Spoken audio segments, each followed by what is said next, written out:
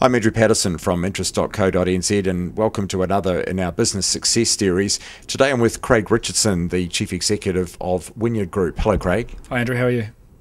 Craig, just explain a bit about this business and what it does and the decision to actually establish Wynyard as a separate entity to Jade. Well, Jade's, I guess, had a deep background for, 20 years in software engineering. And when we really looked at some of the emerging problems that were happening in some of our key markets, particularly government, financial services and what we call critical infrastructure, so larger utilities, then we saw some growing problems, and the growing problems were those institutions or organisations dealing with lots of data, structured and unstructured data, increasing threats from organised crime and corruption, a lot more rules and regulations that they had to follow, and they're all under considerable budget pressure to reduce the resources they had or were available to fight those sorts of crime and corruption issues.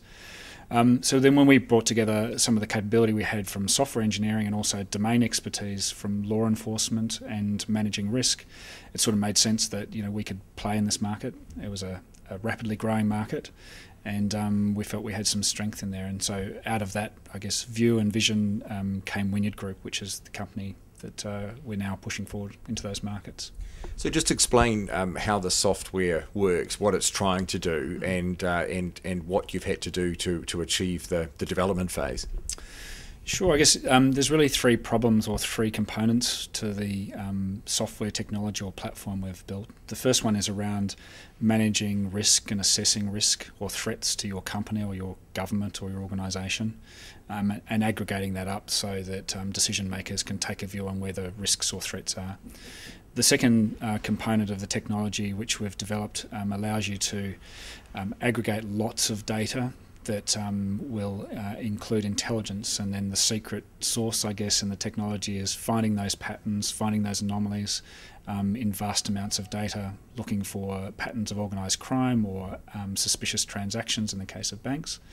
And then the third component is around investigating that incident or investigating that case. And so what those three components allow an institution to do or a government to do is really to connect the dots and close the loop on crime and corruption. That's what's quite unique about our solutions. All the products have been built here in New Zealand and are now marketed globally through the 6 offices we have in major countries. And of course, this is a growth business, unfortunately, the growth of cyber crime, and clearly that creates business opportunities for you. Unfortunately, it is a growth area. I think there's 2 or 3 things that have happened, and it's a growth area for us as well as the institutions. It's a growth area, because obviously serious crime is increasingly a concern, and as the sort of boundaries and territories disappear, because crime is virtual now, victims are virtual, and the territories where criminals can operate from are no longer constrained by being in a country or being close to the victim. And so in that world we see rapid growth in cybercrime, which is increasingly a problem, probably more of a problem now than even conventional crime. And then the tools that you need to deal with those new crimes, there's a lot of demand for them. For us, New Zealand's in an interesting position in that we're part of what's called the Five Eyes communities, so 5 countries that work closely together on disrupting crime and corruption between Australia, New Zealand, the United States, Canada and the UK. And so for a New Zealand-based company that has that global reach, then we're in quite a privileged position, and one that we mean to take advantage of. Obviously, a lot of competition in this space. It's a competitive sector, and you could be considered perhaps a late entry in some of this areas. Do you think that's in fact the case? Components of it certainly have been around for some time. In any solution opportunity there are multiple elements. Some of the software has been around for some time, albeit that we believe we've got some very unique intellectual property that we can bring to solve the new problems. But it's really when you pull together the capability of the software with your knowledge of the domain or of the problems that these customers are focusing on and trying to solve. And then thirdly, the trust that comes with that. We're a company that's trusted by more than 2,000 institutions globally to solve some of their largest problems and understand their risks. And with that, comes the expectation of integrity and ethics and a high level of trust in what we do. So there are other companies around, and what we win business on and are trusted to do is based on having great software and solutions, people who know what they're doing and understand the problems, but also demonstrating that we can be trusted to deal with those problems. And this is why you've separated it out from Jade. This is a separate standalone entity. It is a standalone entity, and I think more importantly is it's the organisation and the way we operate, which is really important to our customers. So ensuring that when they share confidential information for us, that it's only those people that they know and understand and trust are dealing with that information. So it's certainly not that we don't trust other parts of our organisation, but this is really a strong message to our customers that we understand how important the information is that they share with us, and we understand how important it is that the people that are building our products, sign up to the same levels of scrutiny that they expect. Obviously, a significant investment and a significant technology resource to put together this sort of software. Just give us a sense of how much work went into developing this product. No, it's taken a little bit longer than a couple of weeks. I mean, if you look at it, there's a team of about 100 staff at the moment, split between sales, marketing, engineering and development. A large majority of those are on the engineering and development side at the moment.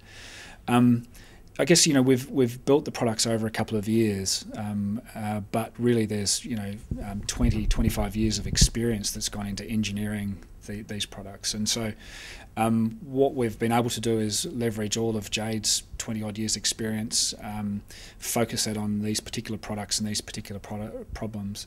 And so at this stage, we're spending around about $10 million a year on just developing these couple of products, all here in New Zealand, which we think is really important in terms of creating opportunities for smart Kiwis to work on these products. And that starts to sort of continues to grow. So the expectation, obviously, as revenue grows, then we'll continue doing that. But that said, I mean, we're bringing together other components from other vendors as well to deliver these. So there's a lot of effort that goes into integrating those. Now, certain aspects of the software it meets a compliancy requirement, but there are other aspects of it which are functional. So what are the benefits that, aside from the compliance aspect, what are the benefits that a customer gets out of this sort of software?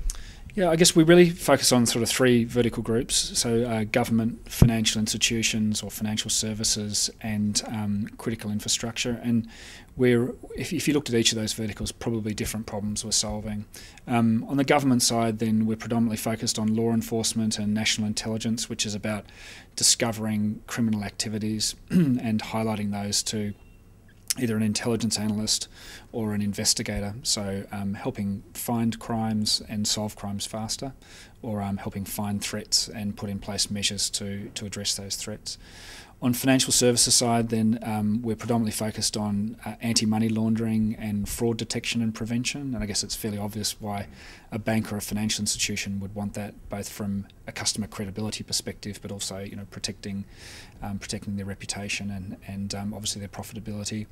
And then from a critical infrastructure point of view, then it's a combination of regulatory requirements they have to address, or also things like subscriber fraud or customer fraud, and also increasingly where you've got threats from cybercrime or from cyber criminals, then the threats to critical infrastructure that service New Zealand or other countries is very important to protect those. So we look for anomalies or threats that could impact those institutions. And obviously the software is very sophisticated, what it can detect, but is it looking for patterns? Is it pattern recognition? What's it actually looking for? Yeah, a combination of two or three things. I mean, a lot of engines that we bring to play on the data, but there are some rule-based elements to it. So where we know what we're looking for, then we can configure rules to look for those transactions or those patterns. There is some unknown unknowns, so the things we don't know about, and these are probably new threats we hadn't even anticipated or new crimes we haven't seen before. And that's really where we get into the smarts of what are called machine learning, which are verging on artificial intelligence. So looking for things that we haven't seen before, institutions haven't seen before. And I guess the power is when you can bring together the things you know about and to find those, and the things that you don't know about yet, and allow those to be presented to someone who can make a decision. The bad guys, of course, also have access to some pretty sophisticated intelligence and software development as well. So this is really a battle of wits, trying to keep ahead of them. Yeah, I mean, I think everyone would admit this is really an arms race, and between elements that want to exploit their own opportunities, and I guess the people that keep us safe at night. So our alliances are quite clear in terms of where we sit. It's about helping financial institutions protect their customers and assets. It's about helping countries do the same. And so the challenge is really to bring those new ideas to market quickly, and this is, I think, where Wynyard Group really have a strength. We're a relatively small company with a very deep experience and history, and so the power or the value proposition that we bring for our customers is we can bring new ideas, new tools to fight those new crimes to market very quickly. So it's about being agile. It's about reacting when you have to, but it's much more about anticipating, where is the next threat going to come from. Currently, your sales are 70-30, 70 sort of export, and this is obviously fairly unlimited growth potential at the moment, I would imagine. Yeah, I mean, we see opportunities. As I sort of said, we're in 6 countries at the moment in terms of presence, but we operate over around 90 countries. We're particularly focused on the United States as a growth opportunity. There's a lot of demand for new innovation there, particularly in this area. And so we're particularly focused on the United States as we go forward, and the UK. So the UK, similar sorts of challenges, and the Australian market. A good problem to have would we be 10% local and 90% export, because that means that we're making good progress in those markets. Of course, Jade is one of the pioneering software developers. New Zealand's been around for a long time, and one imagines that gives you a lot of synergies that you can draw on when you're developing software like this. How much further is this technology going to race to in the future, do you think? I mean, certainly the Jade history, is unquestioned in terms of the depth of software engineering and global experience that we've been able to bring to bear on this.